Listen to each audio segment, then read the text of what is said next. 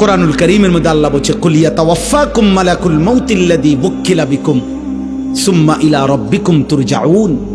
আল্লাহ বলে বন্ধু আপনি বলে দেন, আপনি বলে দেন, আপনি বলে দেন তোমাদের জন্য আমি আল্লাহর পক্ষ থেকে নির্ধারিত মালাকুল মউত আজরাইল অবশ্যই তোমাদের মৃত্যু ঘটাবে, জান কবজ করবে, অতঃপর তোমরা সকলেই আমি আল্লাহর কাছে একত্র হবে আখিরাতে।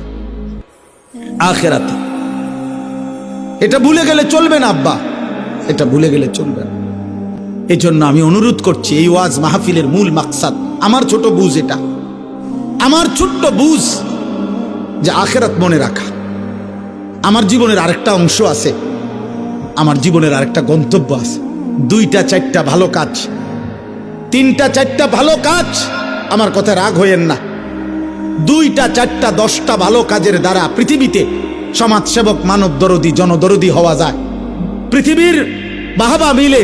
কিন্তু আল্লাহর কসম, জাহান্নাম থেকে মুক্তির জন্য, আখিরাতের সফলতার জন্য 4টা ভালো কাজ যথেষ্ট না, 6টা ভালো কাজ যথেষ্ট না।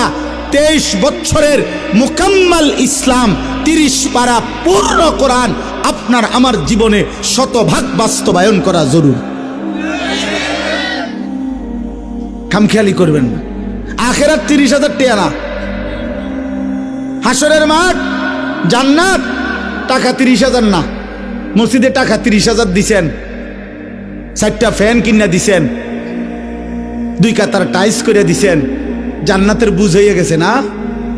হ্যাঁ, জান্নাত কিতা 2টা রুম আর একটা বারিন্দা।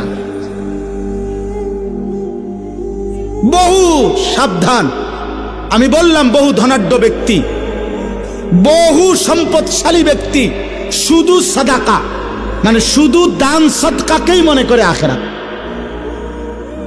শুধু এটারই মনে করে বড় আখিরাত।